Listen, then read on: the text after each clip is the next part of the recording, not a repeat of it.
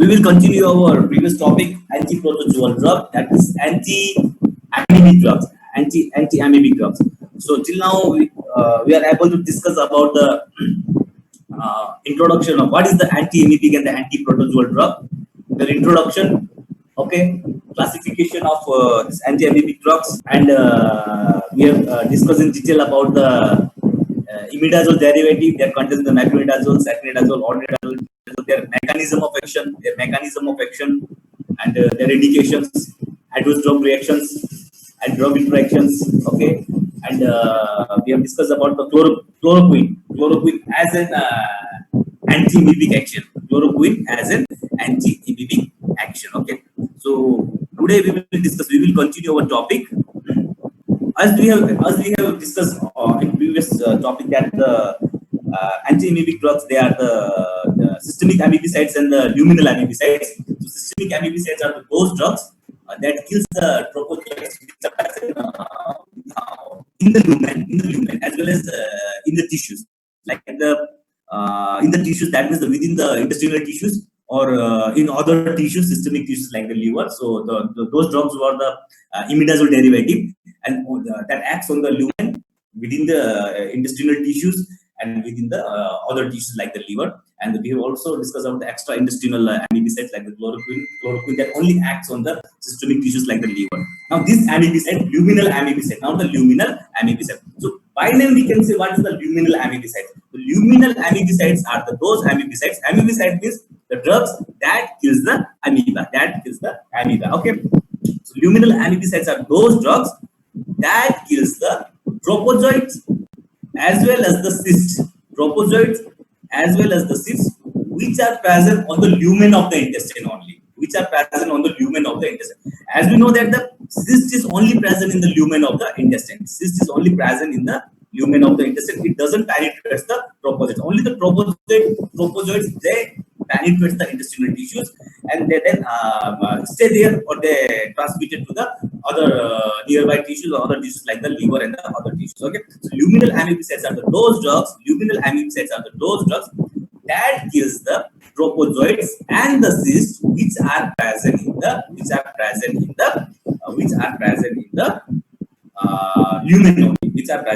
lumen only. And the drugs are the DILOXANIDE FUROATE. This is only the important drug, DILOXANIDE FUROATE, and the idoquinol and the DILOXANIDE FUROATE and the idoquinol and the tetracycline. Okay, the luminal amebicides are those drugs that kills the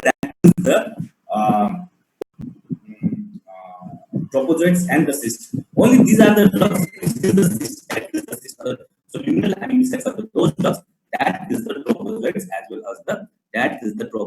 as well as the cysts which are present in the lumen. DILOXANIDE FUROATE, idoquinol, and the tetracycline. Okay, important drug is now the DILOXANIDE FUROATE. So important drug is the DILOXANIDE FUROATE.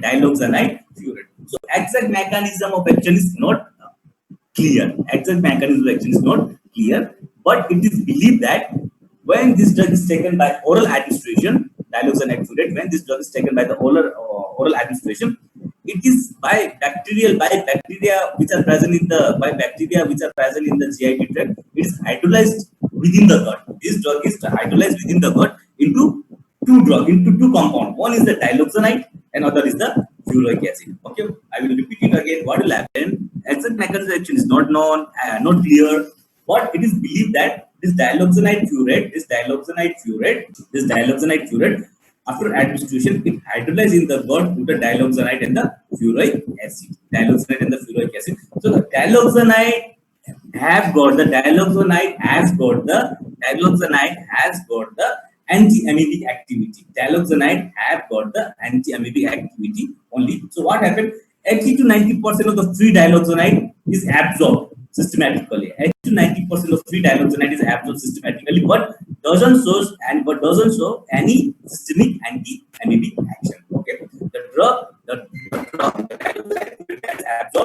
is absorbed systematically doesn't show any anti-amoebic action, while the 10 to 20% of the DILOXANIDE FUROATE which remains unabsorbed in the intestine, within the intestinal lumen, that shows the anti-amoebic action. That means that kills the proposit and the cyst which are present within the lumen of the intestine. Got the point? Exact mechanism of action is not clear. I will repeat it again. Diloxanide furate. Exact mechanism of action is not clear, but it is believed that the diloxanide furate after oral administration within the intestinal lumen is hydrolyzed into the diloxanide and the furoic acid. Where the diloxanides have got the anti-amoebic activity. So 80 to 90% of the diloxanide is absorbed, but doesn't show any systemic anti-amoebic activity. While 10 to 20% of the unabsorbed diloxanide, which is present within the lumen of the intestinal, that kills the proposates and the cysts which are present within the intestinal lumen. So I have already discussed earlier that diloxanide furate, they only kills the proposates as well as the cysts which are present within the lumen of the intestine. They only kills the proposates and the cysts which are present within the lumen of the intestine. They do not show any anti-amoebic activity. That means they do not kill the proposates which are present within the intestinal tissue, but which are present in the other tissues like the liver. Okay, I have already discussed that. And the important thing is they also kill the cysts. They also kill the cysts of the this Entamoeba histolytica. Where other drugs they do not kill the cysts, like the this imidazole derivative and the chloroquine, they do not kill the cysts. They only kill the proposates. But the additional activity of the diloxanide furate is they kill the proposate as well as the cysts which are present within the intestinal lumen. Okay. Now the indication is they are given along with the metronidazole. They are given along with the metronidazole in amoeba histolytica infection. That means if in amoeba histolytica infection is present, that could be the amoebic dysentery or amoebiasis, or that could be the we can say amoebic liver abscess. Okay, amoebic liver abscess. So we know that the proposates are present in the lumen. Proposates are present in the lumen. Proposates are present in the within the intestinal tissues, and the proposates are present in the liver. Also, the cysts are present in the lumen. So, by giving combination, what will happen? Metronidazole will kill the proposate present in the lumen within the intestinal tissue as well as present in the liver. While this diloxanide furate, it kills the cysts as well as the proposates which are present within the lumen. Or in simple language, we can say that this the main indication of this drug to give along with the metronidazole is to kill the cysts which are present within the intestinal lumen. Okay. GID for 10 days. 500 milligram GID for 10 days. Basically, the metronidazole is available at the dose of the 400 milligram. Okay. And this is available at the dose of the 500 milligram. Okay. So combination drugs are there. So they may ask you the question: what is the rationale of giving the metronidazole along with the diloxanide furate? Okay, so you have to answer that metronidazole kills the proposates which are present within the lumen of the intestinal lumen. They kill the proposates which are present within the intestinal tissues. Okay, they kill the proposates which are present within the liver tissues or the other organic systemic tissues. While they do not have any action. Metronidazole do not have any action over the cysts which are present in the intestinal lumen, so that to kill the cysts of the Entamoeba histolytica, which are basically the infective, which are present within the intestinal lumen, we need to give the diloxanide. Okay, now, so no serious adverse effects, but the common complaint is the flatulence. Flatulence is the common complaints. Okay, passage of the gas is called the flatulence. Flatulence is the common complaint. Otherwise, there is not a serious adverse drug reaction. Either you know. Otherwise, important topic we have already covered. Important part of this chapter we have already covered. That is the imidazole derivative, their mechanism of action, their indication, and the drug interaction. Importantly, they may ask you the rationale of not giving the drug interaction of the metronidazole along with the. So while if they ask you the question, so probably they will ask the mechanism of action of the this imidazole derivative, their indications, okay, their adverse effects, and the drug interaction between the alcohol and the metronidazole. Okay, so in diloxanide furate, indications, rationale of combination of giving the metronidazole along with the diloxanide furate. Okay, the important part we have already covered. These are the additional part. Basically, they will generally most of the question they will ask from the what we have covered till now in this chapter. Rarely they will ask the question from this part. This remaining part, the one or two slides are there. Okay. Idoquinol. Okay, so only remember that this drug is used along with the metronidazole for the treatment of the luminal amoebiasis. Okay, if this is the halogenated 8-hydroxyquinol, they are the halogenated 8-hydroxyquinol. Mechanism of action is not clear. Okay, but only remember that idoquinol, the role of the idoquinol, it is used with the metronidazole in treatment of the luminal amoebiasis. Okay, I think no need to explain, everything is clear, no? Okay, paromomycin. Okay, paromomycin, this is one type of antibiotic. Antibiotic.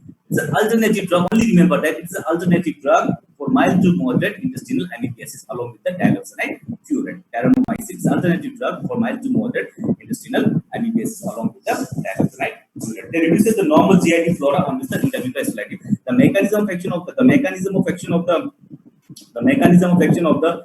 this paromomycin is they reduce the normal GIT flora on which the within the GIT tract, this normal GIT flora, that is GIT flora are present. Now within that GIT flora, Interviva histolytica thrive for their normal growth. Okay, so they reduce the growth of the normal GIT flora. I think this is all about the anti-protozoal drug. Any question in anti-protozoal drug, anti-amoebic drug. So important part of this topic is classification of the anti-amoebic drugs. Okay, imidazole derivative, their mechanism of action, adverse effects, indications, and drug interaction with the alcohol. Okay, second is the indications of the chloroquine in this amoebic liver abscess. Okay, and diloxanide furate. So what is the indication of the diloxanide furate, and what are the adverse effects? Okay, there is no severe adverse effect. Okay, interaction between what is the rationale of giving the metronidazole along with the diloxanide furate? These are the important part. Here is the idoquinol and the paromomycin. They are the additional part. Okay, hepatotoxic drug. Only we have to only, because in this part, we don't need anything in the detail. We just need the list of the drugs which are hepatotoxic. That produces the toxicity to the liver. Only list of the drug, hepatotoxic drug. Most of the part we have already covered up all this hepatotoxic drugs. Okay, so antibiotics. Some antibiotics, because we have already discussed about the antibiotic a lot in first year. So what are the antibiotics that causes the hepatotoxicity? Macrolides.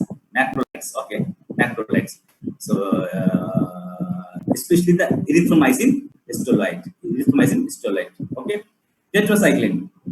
Just remember the name of the drug. Tetracycline. Okay, fluoroquinolones among ciprofloxacin and the amoxicillin. So hepatotoxic drugs. Can you see the slide? Yes, sir. Okay. So what are the hepatotoxic drugs? So hepatotoxic drugs, the drugs or antibiotic that causes the hepatotoxicity. So macrolides, erythromycin histolyte, tetracycline. Okay, fluoroquinolones among the fluoroquinolones, ciprofloxacin and the amoxicillin. Just the name of the drug, because we have discussed about this topic in detail in first year. Antitubercular drug that causes the hepatotoxicity. We know that the hepatitis is caused by the isoniazide, hepatitis is caused by the rifampicin, and the hepatitis is caused by the pyrazinamide. That causes the hepatotoxicity. Okay, antitubercular drug that causes the hepatotoxicity. That part also we have covered in the first year. There's isoniazide, rifampicin, and the pyrazinamide. Okay, and non-steroidal anti-inflammatory drugs that causes the hepatotoxicity.